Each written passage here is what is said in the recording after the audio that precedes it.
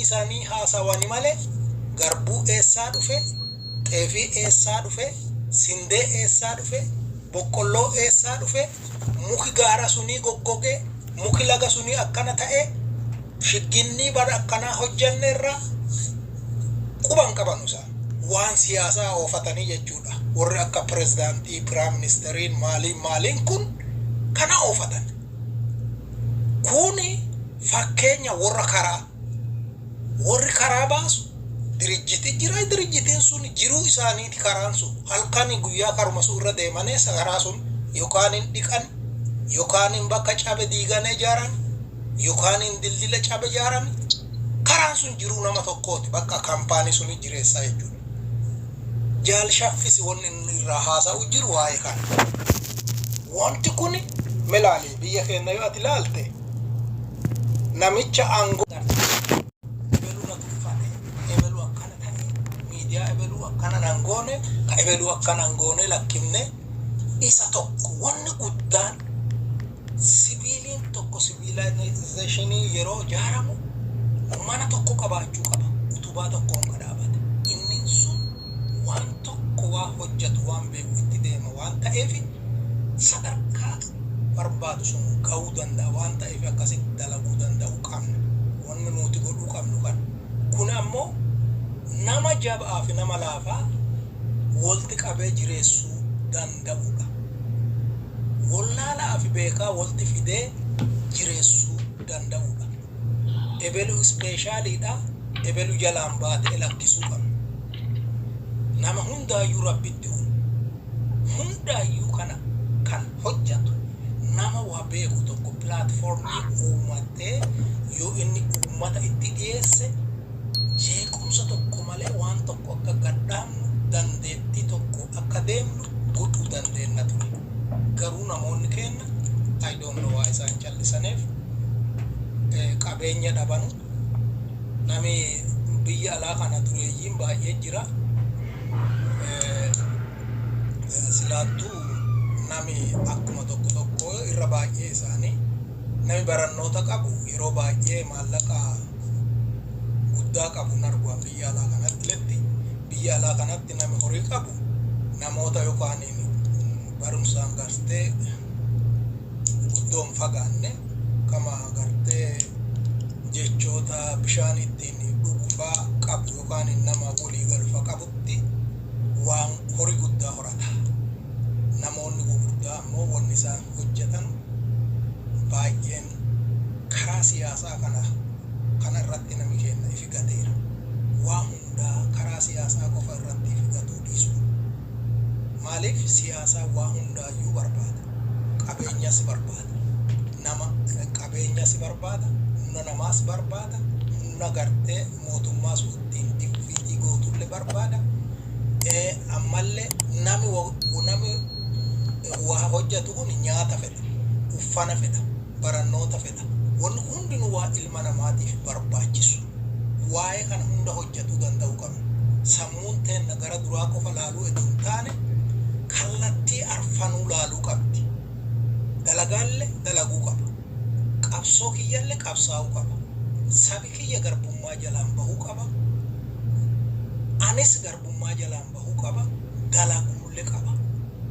Completely warra gartee waan hundaaf aktiivii ta'e ta'uu danda'u qabna jedha. Horaa bulaa badhaadhaa akkuma kanatti isinirraa dhaaba yeroo isinirraa fudhadhu dalagaa keessa waan jiruuf. Inga dargaggeessi yookaan immoo kan dhagayaa turtan sagantaa tamsaasa kallattii gara MWtiin kan isin biraan gahaa turedha.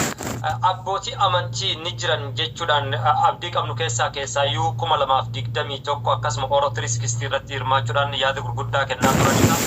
Dhimma Oromoo fi Oromiyaa irratti fuulleffachuudhaan malkaa hedduu galatooma armaan dura seeraan isin beeka waan taateef saniif isin harkisee seense.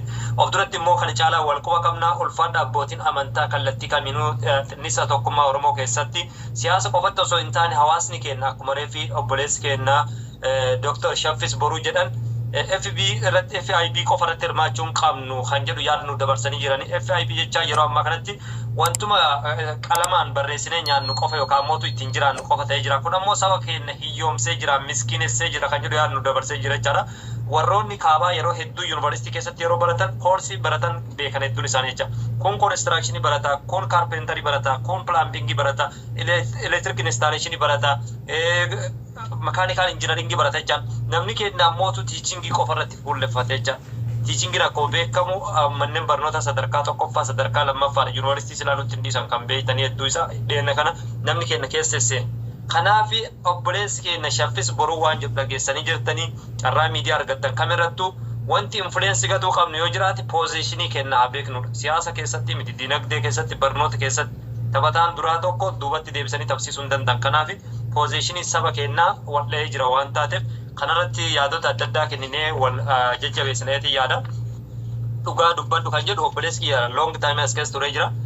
Dhugattiin isin deebisaa ayyuu kenna abbootii amantaa waan taataniif xiqqoon tura yoo isinitti hin tolle ammootu dalagaa irratti waan taateef deemaniyyuu dhugaa dubbadhu. Sagantaa kennas gara goolabuutti deemna lallistuunis dadhabdee jirti waan taateef biyya baqattummaa keessa jirti. Dhugaa dubbadhu. Assalamu alaikum warahmatullahi wabarakatuh. Waalaikum salaam warahmatullahi wabarakatuh. Amma isin beeki sagaleedhaan ayyee. Hayyuu namoota kana gurguddatu keessatti dubbatoon hin ulfaataa garuu ulfaatullee muka biyya jiru mana ijaaraa jette Oromoo. Akka muka biraa dhaqanii soqanii. Haa ta'u malee wantoonni dubbatan bareeduuf dubbatu waan mataan jalqaba saffaa jalqabaa qabatanii beektonni duubarraa yoo dhufanii ilaalan isaan taasisanii rakkataa jiran akka miidiyaarra dhufaniinis dhabaa jiran. Isaan san harkatti ammoo fashaleessuuf gaheen guddaan warra miidiyaa harkaa qabu kana jechuudha. Gahee qabdan maaliif jennaan beektota fiddanii asirra yoo affeertan namni waan gaarii inni hordofa. Inni xiqqaata malee qaraayyuu warri namni waan gaarii hordofu ni xiqqaata. Wanni gartee rakkasaa ni baay'ata. Rakkasa waan ta'eef namuu dhagee bitachuu barbaada waan ta'eef waan rakkasaa hin hordofa dhabu. Warra rakkasa irratti waan rakkasaatitti gadeema malee bu'aa isaatiif kasaaraa warri hin beekne namni yoo barate kasaaraaf bu'aallee beekaa. Waan rakkasa ta'e kana dhaqeetuma bitata walumaan rakkasa jechuudha. Nama rakkasa ilaalina hin hordofina. Maaliif rakkasa waan namni ka'umsa ofii hin beekne namoonni barate kunni biyya wayii deemee ture. Biyya Burkina Faso fi biyya Benin kana deemee ture. Waan achi keessaa qayyabadde qofa isiniif dabarsuudhaaf. Maal jennaani namoonni biyya sanii yoo baratanii Faransaatti deemanii Ingilizillee deemanii biyyoota garaa garaatti baratanii barumsa isaanii xumuran biyya ofii dhalatan keessatti deebi'anii biyya ofii barsiisuu jechuudha. Biyya keenya keessa osoo hin ta'in biyya itti baratan sanii keessatti hin qacaraman abadan. Nama 450 waliin haasa'ee ture. Biyya Benin fi Burkina Fasotti nama hedduu dubbisee ture. Maal jedhanii biyya ka'umsa keenya santu nu rakkisa jedhan maatii rakkinnan nu barsiisan keessatti deebinee dhala isaanii barsiisutu caala malee yeroo jirtu sana fayyadamnee garaa keenyaa jiraachuun nurraa hin turuu jedhan. Namni keenya gaafa barumsa baratee karaa mana barumsaa ba'ee biyya keenya keessaa baqatee gabrummaa fi biyya faranjiititti biyya guddatte san hordofuuf deema. Akka amma barsiisan keenya jedhu kana biyya dhalate keessatti waa hojjetee rakkoo maatii sanii maatii keessaa ba'e san qarqaaruuf yaadan qabu jechuudha. Warri barate nama rakkoo biyya keenyatti uume keessaa isa tokko jedhee fudhadhaan. Namni barate namni karaa barumsaa ba'e osoo barate garuu inni hin fayyadamu mata.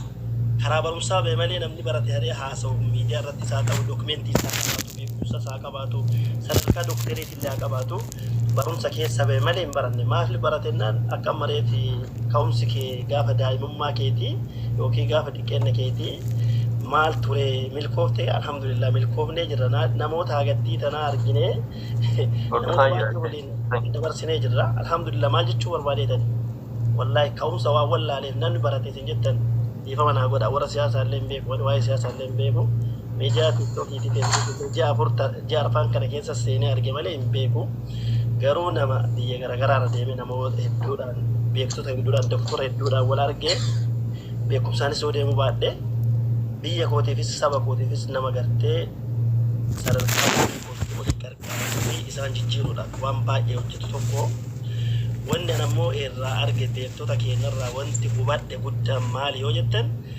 baratanii biyyumoo fi baratanii qalama bitachuu dadhabanii luka qullaa baratanii bishaan osoo booraareef jettan san dhuganii baratanii haadha abbaan isaanii achi keessa osoo jiran carraa biyya biraa filatu. Carraa jireenya lubbuu ofiitiin jiraatanii lubbuu ofii tana qofaan jiraatanii filatu jechuudha. Rakkoo guddaan kana warri ufufoo jiran dhaaba siyaasallee haa ta'u beektotallee haa ta'u wanti waliigalchuu isaan dhooge filannoo dhuunfaa isaaniiti. Ofiif jiraadhaa isaaniiti.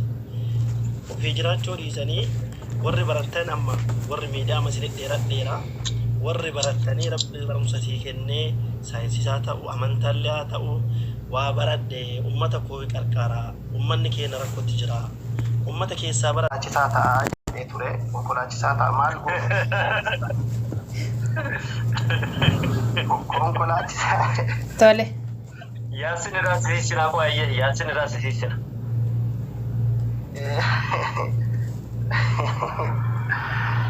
konkolaachisaa maa filattaa jennaan namoota rakkatee karaarra dhaabbatanii bakkaa bakkatti deddeebanii barachuu hin dandeenye kanaan gargaaruudhaaf fedhiin koo ammas alhamdulillah namoota gargaarutti jira bakkaa bakkatti namoota tokko irraa biyyuma jiru kam keessattuu qarshii irraa osoo fudhanne tola ooltummaadha isaan olii gaggeessutti jira wanti gaafsan jedhinaa milkaa'ee jira baradhee barsiisusti akkasuma wantoota qayyabadhee gaafsan barsiisaa daree kootii waliin mari'adhe keessaa parsentii 95 naa milkaa'ee jira. Wantoonni naa milkaa'e kana icciitiin isaa haadha kootii fi abbaa kootii qofaaf qajeeluu kootii wanti jechuu barbaade isin martinuu milkaa'uuf icciitiin keessan isin yaa qajeeluu barbaaddan amantaa kamisoo hordoftan luka haadha abbaa keessanii jala deebitanii isaan qofa bakka isaan isin fidanii sadarkaa kanaan isin ga'an beekuu yoo dandeettan qofa milkoofta jechuu barbaadeetii ulfaadhaa galatooma. Hedduu galatooma baay'ee tokko galatooma dhugaa keessumaa boqonnaa sammuu argattanitti jechuun danda'a maaliif keessumaa konkolaachisaa taatanii namoota rakkatan sana baasii otoon baasisiin bakka yaadan sana geessisuun haa dheeratu haa gabaabbatu isiniif kaayyoo keessan isa hangafaa fi boqonnaa sammuu keessaniiti jedhee yaada namni tokko ijoollummaa isaatti keessumaa immoo hawwiin milkaa'ina isaa yoo galma ga'ee baay'ee tokko boqonnaa sammuuti jedhee yaada keessumaa hawwiin ijoollummaa jechuudha gaafa ijoollummaa yeroo jennu sammuu qulqulluutiin otoo gaafa sana biizineesii hin beekiin otoo siyaasa hin beekiin otoo gandummaa hin beekiin waan yaadamtedha sun immoo galma ga'uunsaa hedduu tokkoon isiniif gammadee baga gammaddanii kanaafillee rabbiin galmaan isin yaa geessisuun isiniin jedha isiniif haa mucuceessu kan hafillee ni guuta galatooma warra tarree milkii keessa galmeen keessan haa jiraatu biyya lamaanittuu isiniin jedha obboleessi kiyyaa hedduu tokko galatooma. Ya obbo Yaasino anaa dhufu isiniin jenneera. Assalaamu alaykum. Wa alaykum salaam wa rahmatullahi wa barakatuh. Waalaikum salaam. Kinaa jechisiite kaastebba. Akkam nagaa. Nagaa jirtu anaa dhufu isiniin jenneera baga nagaan dhuftanii nooraa isiniin jenneera. Yoo wallahi beekta jiru addunyaattu guyyaa tokko gammachuu guyyaa tokko gadda haa ta'u Ameerikaa jiraatte bargitee rakkinni sirraa dhabamu waan ajaa'ibaa waa'ee qoromsarraa akkasitti dubbatan kuni amma makiinaan kuni oltaleetara narraa bade.